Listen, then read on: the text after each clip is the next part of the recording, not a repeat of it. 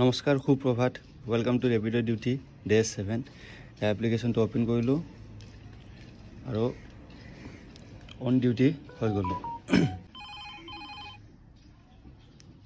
Dear Captain. Head west, then turn right.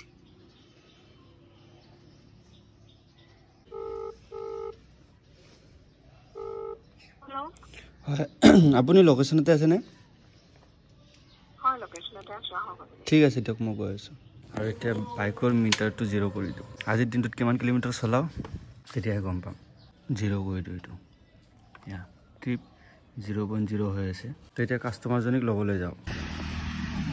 আৰু কাস্টমাৰজনিক লবলৈ ঘৰ আহি পালোহি তেখেতৰ আৰু এইটো যে মই হয় আৰু মোৰ প্ৰথমটো অৰ্ডাৰ কমপ্লিট কৰিলো খানাপাৰা বাস ষ্টেচনতে কাস্টমাৰজনিক নমাই দিলো আৰু এইটো অৰ্ডাৰৰ পৰা মোৰ ইনকাম হৈছে 80 টকা ইনকাম হৈছে আৰু ভাল এটা ৰেটিং দি কাস্টমাৰজনিক বিদায় দিলো প্ৰথমটো অৰ্ডাৰ কমপ্লিট কৰিলো আপোনালোকে দেখাই পাইছে ইয়াতে হৈছে এতিয়া মই ৰৈ আছো ইয়াতে হাই ডিমান্ড এৰিয়াতে বৰ্তমান ৰখি আছো সেকেন্ড অৰ্ডাৰৰ কাৰণে ৰখি আছো সেকেন্ড অৰ্ডাৰটো লাগা না আৰু মই আছো বৰ্তমান খানাপাৰা ফিল্ডৰ ওচৰতে ইপিনে আপোনালোকে দেখাইছে খানাপাৰা ফিল্ডখন আছে বহুতখিনি সময় ৰখিলো সেকেন্ড অৰ্ডাৰটো এতিয়ালৈকে লগাই নাই কিয় বা ছাগে আজি অৰ্ডাৰ অলপ কম আছে সেই কাৰণে লাগা নাই আৰু খানাপাৰা সাইডত আছো ন খানাপাৰা সাইডত এই যেটো মেন সাৰ্কেলটো যে তাতে বাপৰে বাপ ৰেপিডৰ লৰা কিমান যে আছে তো কিমানক অৰ্ডাৰ দিব তো সেই কাৰণে ইয়াতে অৰ্ডাৰটো অলপ কম তো চাও কেতিয়ালৈকে অৰ্ডাৰ লাগে তাকে ৰখি আছো এতিয়া আৰু আজিও প্ৰায় 3 পৰা 4 ঘণ্টা ডিউটি কৰিম 3 ঘণ্টা 4 ঘণ্টা ডিউটি কৰি কিমান টকা ইনকাম হয় ভিডিওৰ শেষত আপোনালোকক দেখুৱাম আৰু যদি আপোনালোকে গুৱাহাটীত ৰেপিডৰ ডিউটি কৰিম বুলি ভাবিছে মোৰ এই ভিডিওটো চোৱাৰ পিছত আপোনালোকে এটা সিদ্ধান্ত ল'ব পাৰিব যে গুৱাহাটীত ৰেপিডৰ ডিউটি কৰিব পাৰি নে নোৱাৰি পাৰ্ট টাইম হিচাপত দেই ফুল টাইম নহয় মই কেৱল পাৰ্ট টাইম হিচাপতে কাম কৰিছো বৰ্তমান প্ৰায় আধা ঘণ্টা ৰখাৰ পিছতহে মোৰ সেকেন্ড অৰ্ডাৰটো লাগিলে তো কাস্টমাৰজনী ক'ত আছে তাকে চাও দিয়া Hello? হয় মই আপোনাৰ লোকেশন পালোহি আমি হাউস নম্বৰ 5 এ হবে না আমৰা বুক কৰলাম হয় হয় মই হাউস নম্বৰ 5 ৰ তলতে আছো আপুনি আহক ঠিক আছে ওকে আৰু সেকেন্ড অৰ্ডাৰত মোৰ ইনকাম হল 35 তো অলৰেডি কেছ কালেক্ট কৰিলো ভাল এটা ৰেটিং দি কাস্টমাৰজনীক বিদায় দিলো আৰু 3 নম্বৰ অৰ্ডাৰটো একসেপ্ট কৰিলো কাস্টমাৰ ক'ত আছে তাকে চাও এতিয়া কাস্টমাৰজনীক পিকআপ কৰি বেহাৰবাৰী ব্ৰিজৰ সাইডতে নমাই দিলো আৰু এইটো অৰ্ডাৰৰ পৰা মোৰ ইনকাম হৈছে 47 ভাল এটা ৰেটিং দি কাস্টমাৰজনীক বিদায় দিলো আজি ৰেপিডো মূল্য দুশ্মনী কৰি আছে ইমান সৰু সৰু অৰ্ডাৰ দি আছে আৰু এয়া মোৰ আহি পালে 4 নম্বৰ অৰ্ডাৰটো একসেপ্ট কৰি ললো কাস্টমাৰজন ক'ত আছে তাকে চাও এতিয়া প্ৰথমতে এটা মেছেজ দিলো কাস্টমাৰজনক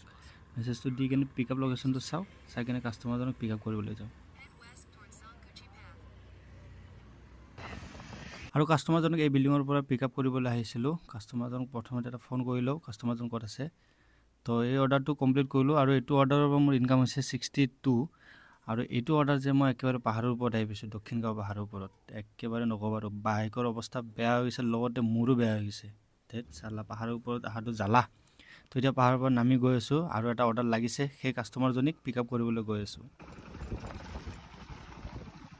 5 নম্বৰ অৰ্ডাৰটো ড্ৰপ লোকেশন আছিল ইয়াতে আৰু ইয়াৰ ৰাস্তা নাছে কিয় বাপৰে বাপ যিয়ে নহওক তো এইটো অৰ্ডাৰৰ পৰা মোৰ ইনকাম হৈছে 91 অলৰেডি কেছ কালেক্ট কৰিলো ভাল এটা ৰেটিং দি কাস্টমাৰজনীক বিদায় দিলো 6 নম্বৰ অৰ্ডাৰৰ ইনকাম হল 31 7 নম্বৰৰ ইনকাম হল 44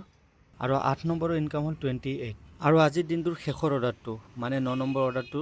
তো কাহিলিপাৰাতে নমাই দিলো আৰু এইটো অৰ্ডাৰৰ পৰা ইনকাম হল 42 অলৰেডি কেছ কালেক্ট কৰিলো ভাল এটা ৰেটিং দি কাস্টমাৰজনীক বিদায় দিলো এতিয়া মই আপোনালোক দেখুৱাম 4 ঘণ্টা ডিউটি কৰিলো আজি কিমান টকা ইনকাম হল তো 4 ঘণ্টাত মই